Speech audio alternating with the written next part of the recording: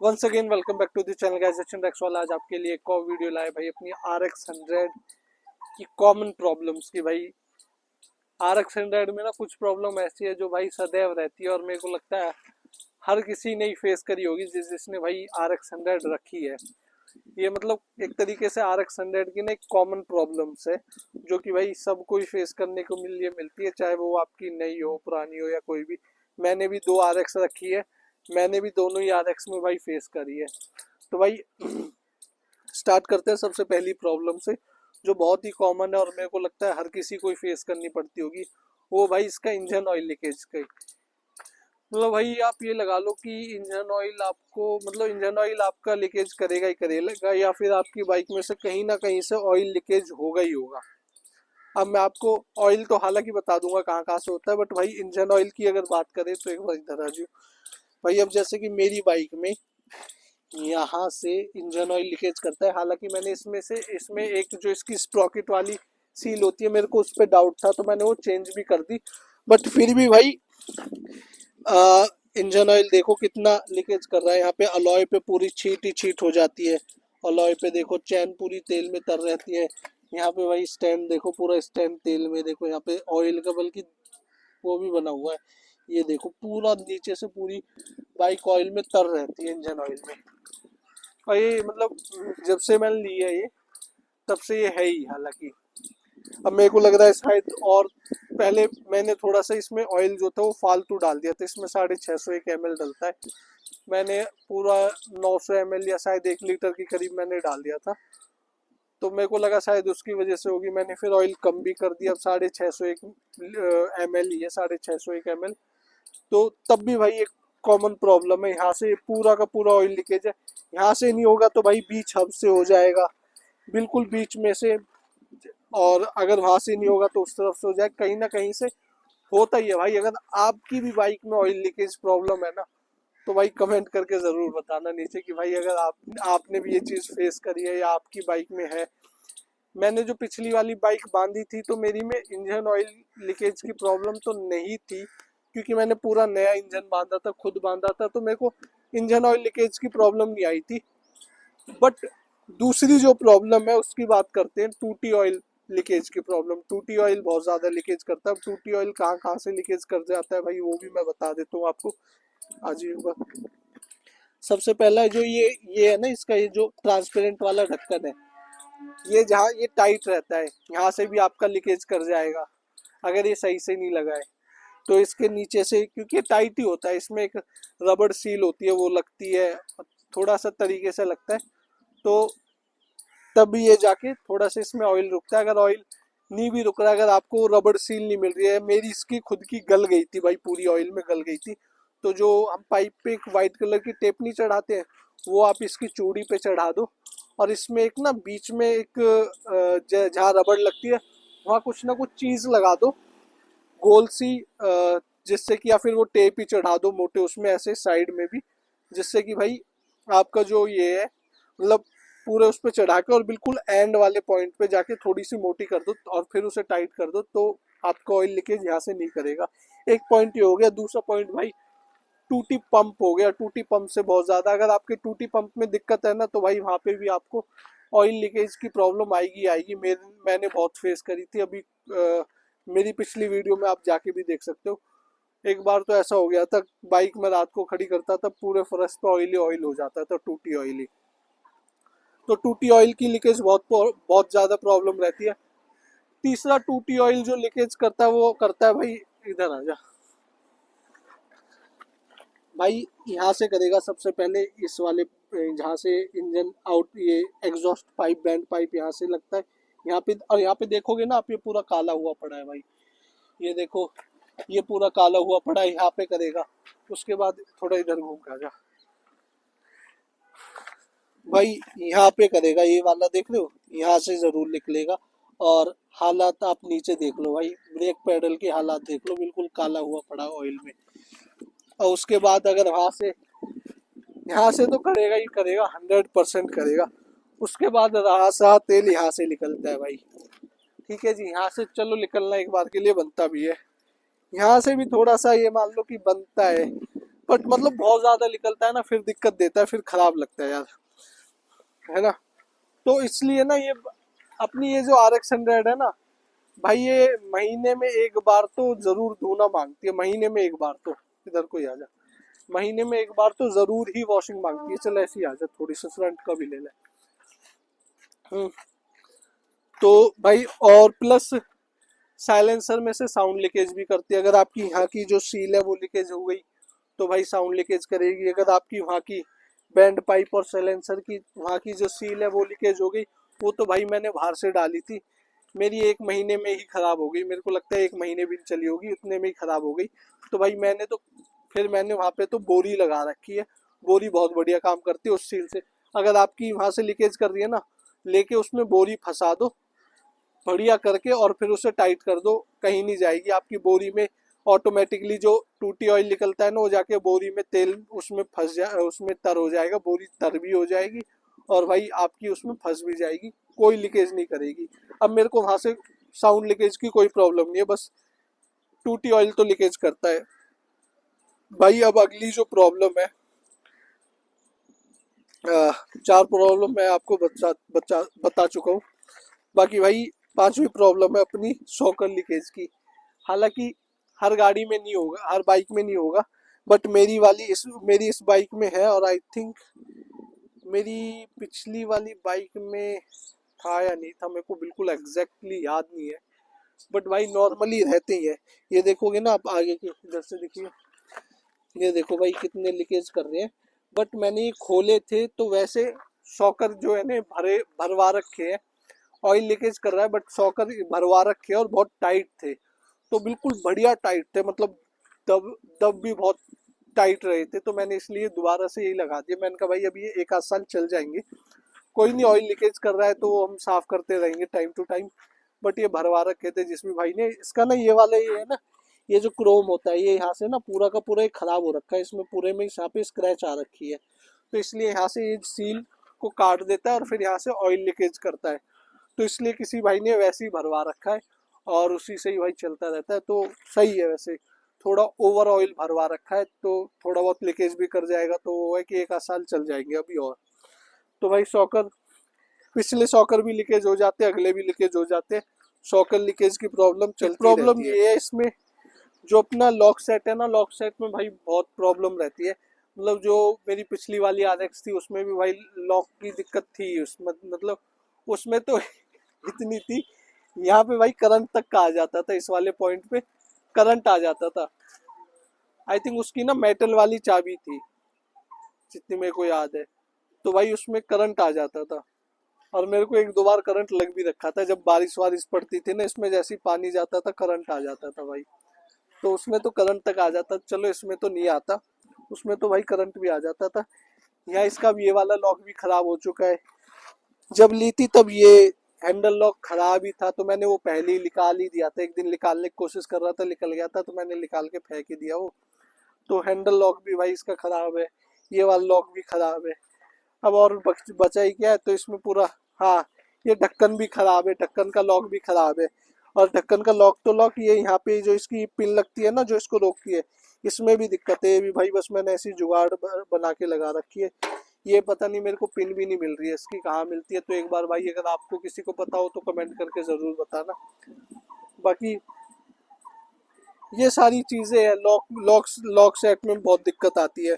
फिर भाई एक क्लच की प्रॉब्लम बहुत ज़्यादा होती है। अभी मेरी बाइक में क्लच को लेके क्या क्या प्रॉब्लम वो मैं आपको बता देता हूँ। एक तो भाई क्लच हार्ड बहुत है, बहुत टाइट दबती है।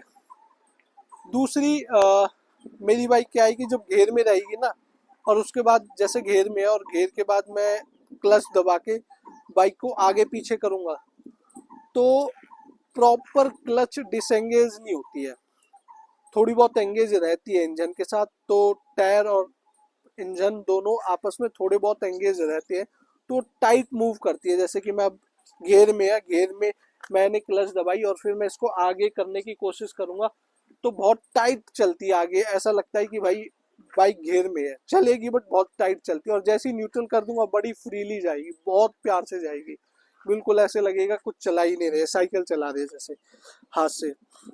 तो एक ये दिक्कत है। एक फिर इसकी थोड़ी सी पिकअप की भी प्रॉब्लम है। कभी कभी भाई बहुत अच्छा पिकअप लेगी, बहुत तगड़ा पिकअप लेगी, एकदम ही खिंची चली जाएगी। कभी कभी ऐसा लगता है कि भाई पिकअप ही नहीं ले रही हो, जैसे बहुत गंदा पिकअप ले रही है।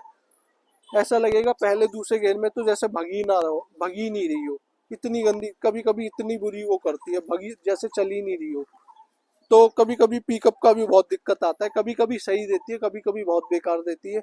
और एक वो वाले पिकअप नहीं आता जो भाई आना चाहिए ना, बिल्कुल जो RX 100 में कहते हैं कि भाई बिल्कुल प्रॉपर पिकअप है, वो वाला पिकअप नहीं आ पाता। बट मैं अभी बाइक को बिल्कुल क्लच व्लच को मैंने स्टार्टिंग में किया था काम, तो थोड़ा पहले तो इससे भी ज़्यादा बेकार थी, बट अभी काफ़ी हद तक ठीक हो गई है। तो मैं ज़्यादा इसलिए नहीं छेड़ना चाह रहा, बार बार खोलना नहीं चाह रहा भाई मैं उस सबको, क्योंकि इसके ना जो नट वगैरह है ना ये बहुत जल्दी फ्री हो जाते हैं। मेरे को इतनी ज़्यादा मतलब प्रॉब्लम हो नहीं रही है, तो मैं इसलिए ज़्यादा छेड़खानी कर नहीं रहा हूँ। क्योंकि भाई ज़्यादा छेड़खानी करूँगा ना तो पता चली वो तो प्रॉब्लम ठीक नहीं होगी और प्रॉब्लम आ जाएगी उसमें।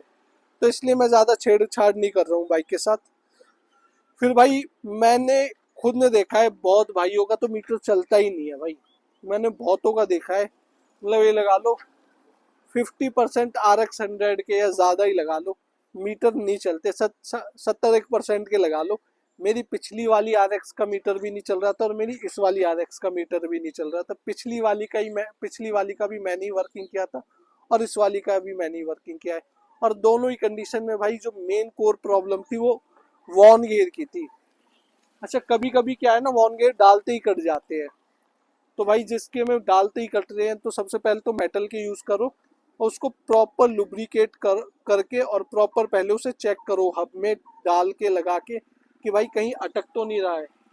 अगर कहीं अटक रहा है तो देखो उसे और तब फिर उसे लगाओ।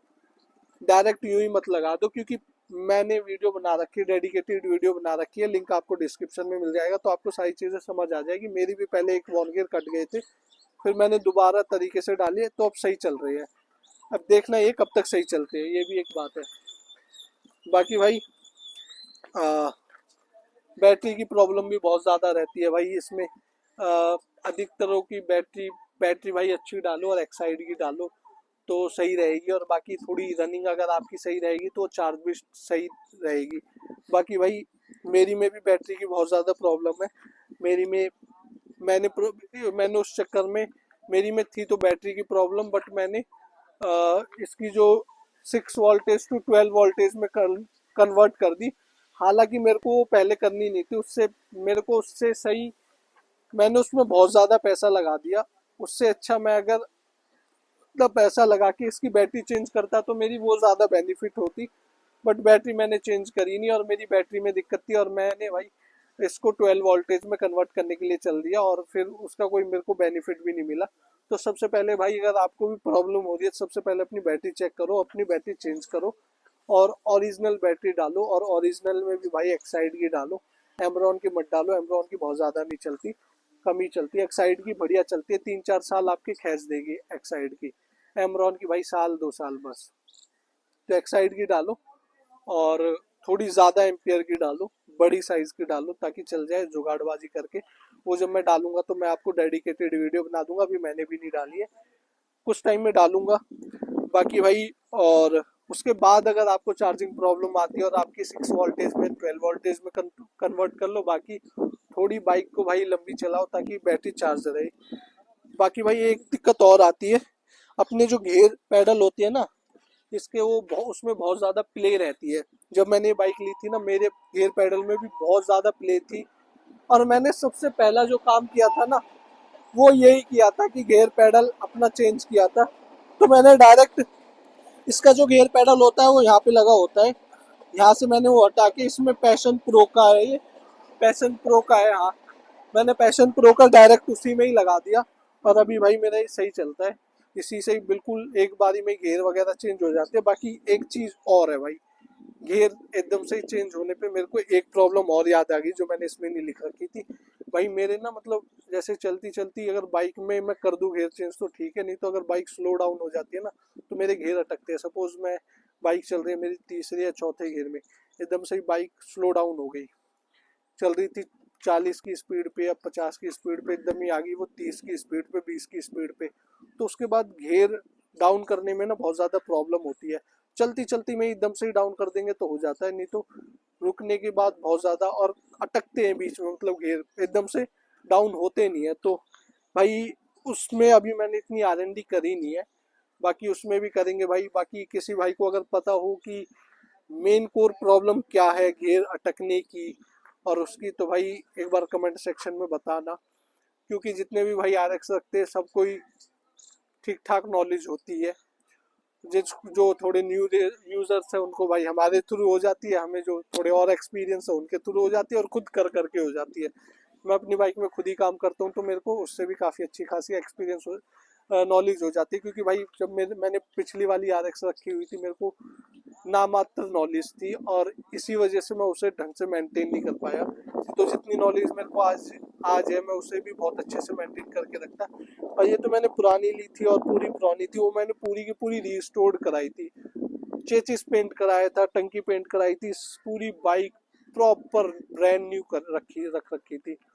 तो उसकी भी वीडियो भाई आपको चैनल पे मिल जाएगी, वो भी अगर आप देखना चाहो वो भी देख सकते हो। तो भाई उस टाइम पे मेरे को इतनी नॉलेज नहीं थी, तो इसलिए भाई नहीं मेंटेन कर पाया और मैंने वो बेच दिया थक हार के, माँ कि भाई जाने दो यार, मेरे को लगा कि भाई नहीं संभल पाएगी, मैंने बेच दी। बट इसको भाई सही चला भी पा रहा हूँ, थोड़ा मेंटेन भी कर पा रहा हूँ। और थोड़ी थोड़ी प्रॉब्लम है, जैसे कि घेर अटकते हैं तो घेर को देखेंगे आगे क्या इसमें करना चाहिए, वो करेंगे। बाकी ये जितनी भी प्रॉब्लम अभी मेरी बाइक में है, जैसे कि इंजन ऑयल लीकेज की प्रॉब्लम है, ये फिक्स करेंगे। आगे सॉकर की प्रॉब्लम है, ये फिक्स करेंगे।